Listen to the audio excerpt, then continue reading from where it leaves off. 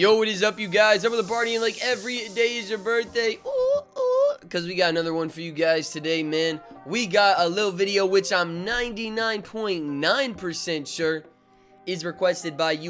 So I appreciate you for sending that. But before we get into it, man, I do want to say, just posted our second video for the B-Day Reviews channel, man. Super high quality, a super good time. And I would really appreciate it if you guys would go check it out. You don't even got to watch it, but if you would like it and let the whole video play, it'll really boost that bit for me. You know, it mean a lot. You know, just put that bitch on, hit it on a like, and go set it and go do something. You know what I'm saying? And come back 8 minutes later, and bada bing, bada boom. It's a good day for you, good day for me, and good days all around. But without further ado, we are going to hop right into this, man. We got a Gigguk video for you guys. We are going to only have 2 little videos, but no, I'm probably going to have 5 to 10 for you guys tomorrow morning. Those review videos take a lot of time to do, so I do have to cut back some days on the reaction videos, as much as I hate it, to get those videos done, because we need that high quality goodness. But we are gonna get to it and see what Gigguk's 6 more brilliant anime fights, 6 more brilliant fights in anime we got. So let's just hop right into it. Big Riri, swear to God, man, she's so freaky. Oh, and this is a 24-minute video, so this will be a 2-part series, just heads up.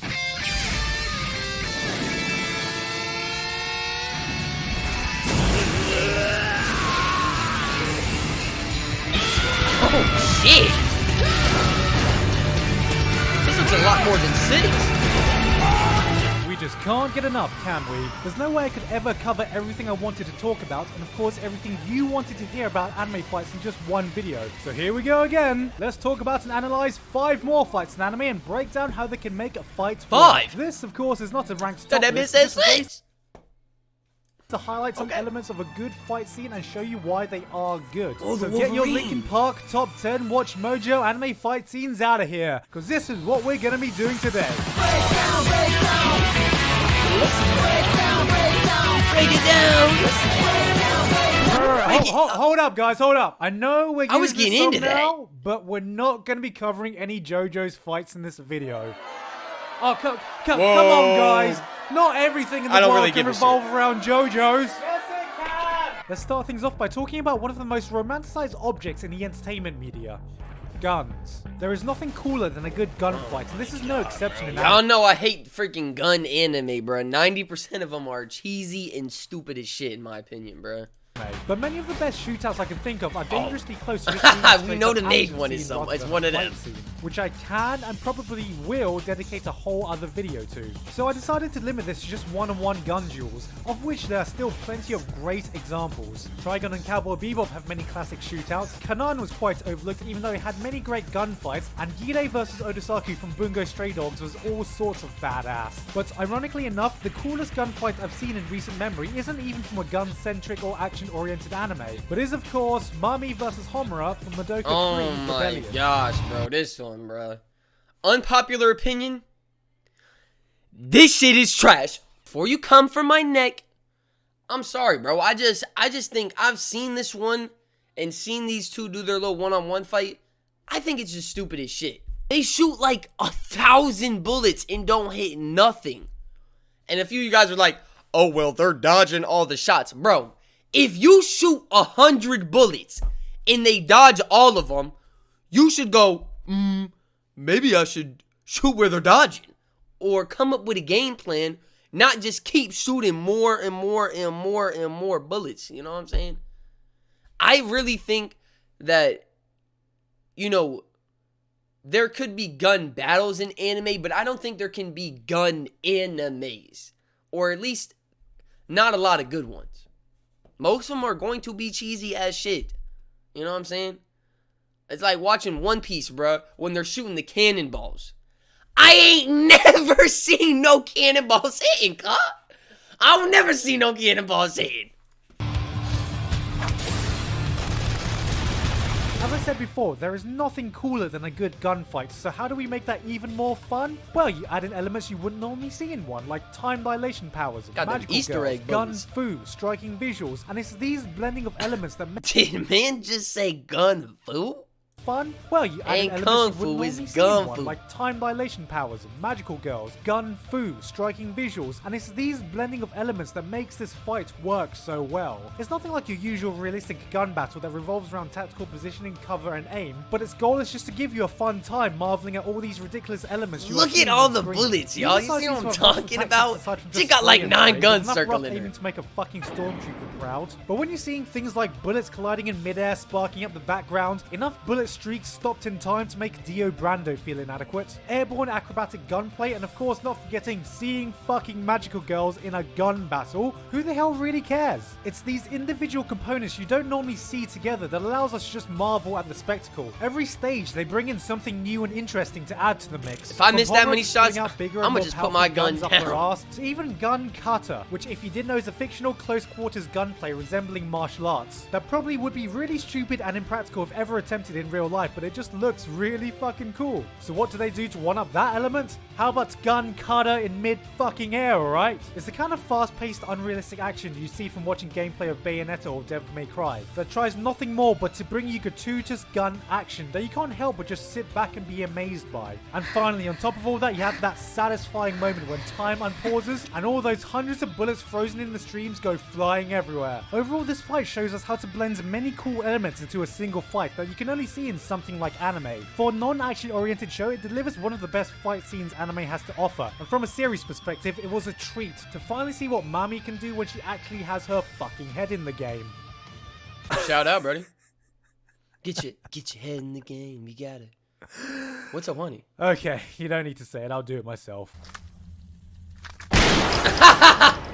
What a guy, bro. There's a lot more to what defines a battle The beyond ping simply pong. fighting, and a genre that's always given an interesting dynamic to this concept is in sports anime. Even if these aren't fights in the traditional sense, they are a combat of skill and can often get us way more hyped than their traditional counterparts. Senna and Shin's final showdown in Pt.1 was the ultimate culmination of 150 episodes worth of rivalry, and all of Kagami and Aomine's clashes in Kuroko were nothing short of Super Saiyan basketball spectacular. But if we're talking the greatest battle in sports anime and one that ticks all the boxes of what makes a traditional fight brilliant at that, Oh, the it could only be boxing Takamura one. versus Brian Hawk from Hajime no Ippo. One of the many things that Ippo has always stood out for among its peers is just how much passion and heart goes into the motivations of its characters in any given fight. It always feels like there's something Is that guy missing the top of his head? Hold up. What the shit? What the shit? Bro.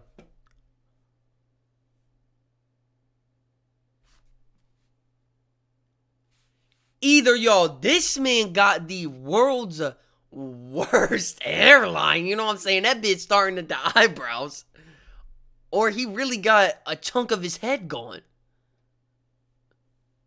characters in any given Either way, fight. that's It tough, always man. feels like there's something huge on the line, not only for both competitors in the ring, but every single spectator outside of it as well. It's this backbone that makes every single punch, every new technique, and every drop of blood spilled holds narrative weight beyond the fact that it's just fucking hype as shit, isn't it? How it continually does this and why it still manages to work after well over 1,000 chapters is because of the way it actually mirrors its real-life professional sports rather this than one just looked showing a pretty group of good. guys having a gay old time getting to nationals. When you look at real-life sports, you have an ongoing narrative Is that that a naturally lion forms, mask? filled with larger-than-life characters, and it's this natural storytelling that makes sports like MMA and boxing as interesting as the sport itself. Especially in contact sports, people buy into the personalities and Brock charisma of the Lesnar! This is why someone like Conor McGregor What a is as guy, popular man. as he is. If he were such an outspoken personality, one who refuses to be ignored, talks a big game, and then backs it up by winning.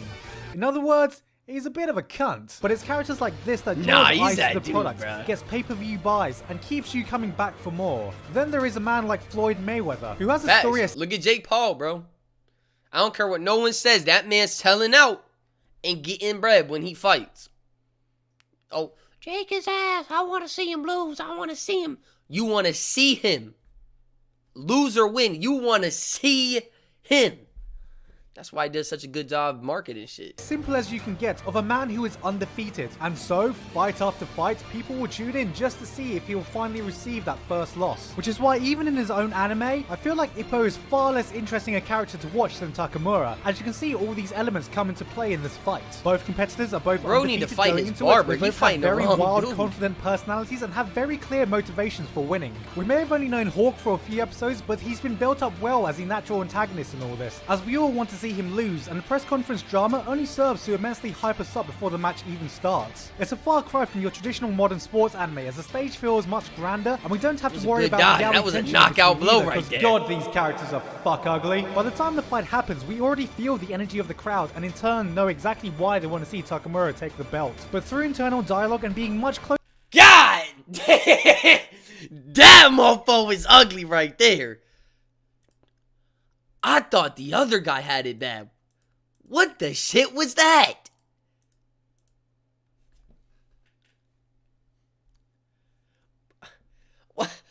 I don't even understand, dude. I literally do not understand what this is. Bro is holding on to that last piece of air, man. Just let that shit go, dude. I'm sorry. You gotta just cut that shit.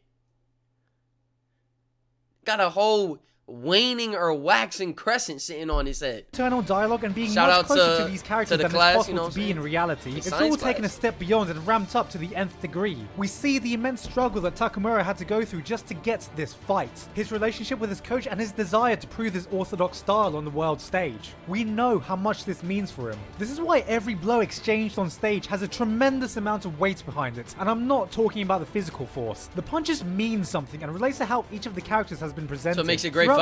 We see a mix of methodologies, intelligent tactics, raw aggression from both sides, and eventually pure fighting spirit once it feels as though both fighters have burned through everything they have. Ippo, and this fight in particular, is a masterclass in how to hype us up for a fight, how to get us invested in every punch thrown, and how to absolutely deliver through with that hype. Building up to one final punch that puts a full stop to not only the fight itself, but the incredible journey we've watched Takamura undertake as a character. At least he can't fixed help his haircut. but just jump up and shout, "Fuck!" Oh, never mind. Yes. This shit's still trash.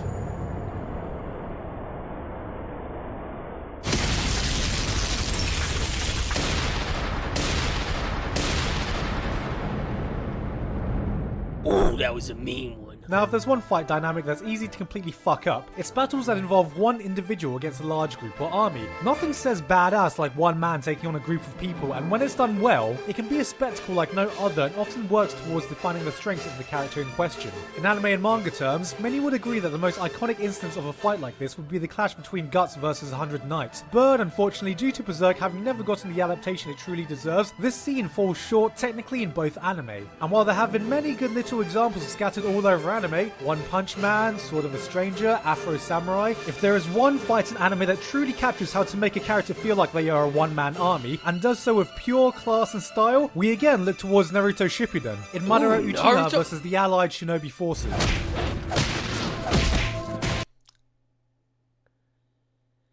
Well, shit, dude. I don't want to watch this. But I'm going to watch a little bit of it, bro. I'm going to watch a little bit of it, but if we start seeing some crazy shit, I'm skipping it. And you could cry me a river, walk over it, and then hold these nuts dangling from my sack, bro, because I don't give a shit. Now, the key to keeping a fight of this kind interesting is by making it feel as though the individual in question is legitimately a level beyond their adversaries, because in reality, you can't have one man fight hand-to-hand with hundreds of enemies at once unless he was a fucking centipede. So in fiction, particularly in old kung fu movies, the technique to make it feel as though one fighter can take on a large group single-handedly often revolves around the manipulation of background characters. The main fighter in question will only be interacting with a maximum of 1 or 2 people at once per rotation, but through having so many other characters in the background moving in and out of shot, the illusion is created of an unstoppable badass who can take down an army. In this fight, the most impressive and captivating sequences are the ones in which Madara is engaging in hand-to-hand combat early on. Now, there is a few ways to choreograph a fight like this, but if you look at some of the best martial arts scenes of this type, you can see that there is a certain rhythm to the just hang up your ninja one action flows badge. from one movement to another, and then to another, and then to another, which makes sense in context because the one person fighting has to dispatch each opponent as quickly and efficiently as possible. What this does is showcase this free-flowing... Oh my, can we talk about, though, I know that ain't the thing we watching, but the combo moves he just put on that guy on the ground, dude did not need to be doing that. Then to another, and then to another, which makes sense in context because the one person fighting has to dispatch each... This had to be personal, bro. I'm stressing This man had to text his chick or something like opponent that. as quickly and efficiently as possible. What this does is showcase this Was free-flowing no need for combat that not only emphasizes the skill gap for that one person, but also looks really fucking cool. And you can see this play out with the way Madara dispatches his opponents, always flowing with the momentum of his movements, along with the efficiency of each attack, from the use of the explosive paper to the arm breaks to the sword play. The speed and fluidity is what makes this work, but the advantage it has over normal martial arts films is that it can incorporate superpowers with the choreography without making it look stupid. See, if you add some kind of superpower element in live action, it can come off as kind of cartoonish, which is fine if you're going for a light-hearted, silly tone. Yeah, I don't know about this one, bro. What the hell? Got that mofo floating and flying. Element in live action, it can come hit off him with as the kind of anti-gravity cartoonish, punch, which is fine if you're going for a light-hearted, silly tone, as seen here in Kung Fu Hustle, but played off seriously, it just looks ridiculous. The Madara fights can get away with playing this off as totally serious without having it look out of place, cheesy, or cartoonish, because, well, it's a fucking cartoon.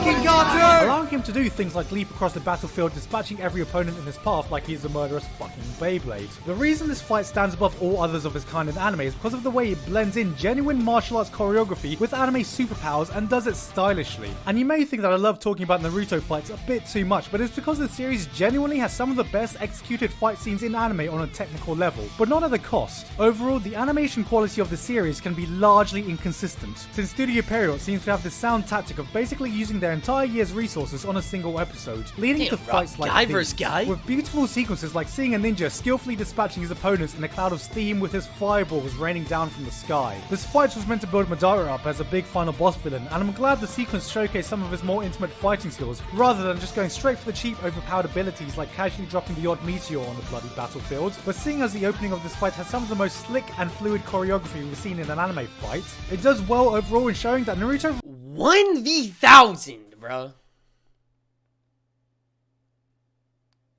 What kind of Walmart bootleg ninja you got picking up? 1v1000? Y'all gotta be the most trash ass. I get Brody's soup, but 1v1000? What kind of doo-doo McBoo-boo ass ninja you got coming on the battlefield? really does know how to present a final villain. Who the hell is that? I am gonna end it right there, you guys. We are at the 13-minute mark, so it seems like a good time to close her up right here. I hope you guys enjoyed that first half of Gigguk's video. If you do want to see part 2, know it will be posted pretty much the same time as this one, right after. You know, some definitely good fights in this one. You know, I like to keep it a buck on here, y'all, and I ain't gonna gaslight you, man. Now, the boxing one was hella cool, but the shooting one and the Ninja Madara one, it's just not my cup of tea, bro. To me, it's just, it makes them corny almost, bro. Like, I'm sorry, bro, but if you get in 1v1000, you don't, like, who gave you your ninja application pass? You know what I'm saying? How the hell are you becoming a ninja, dog? That's the, we must got the lowest standard of ninja. Madara or not, 1v1000? You telling me not one of y'all could even get a lick in? What? So, like I said, those two aren't my cup of tea, but the box one was definitely a fire. So let me know y'all's opinion down below in the comment section. And without further ado, I am going to get right to part 2, man. You guys have a great rest of your day. Remember, we got a lot of videos coming tomorrow morning, so stay tuned. And deuces.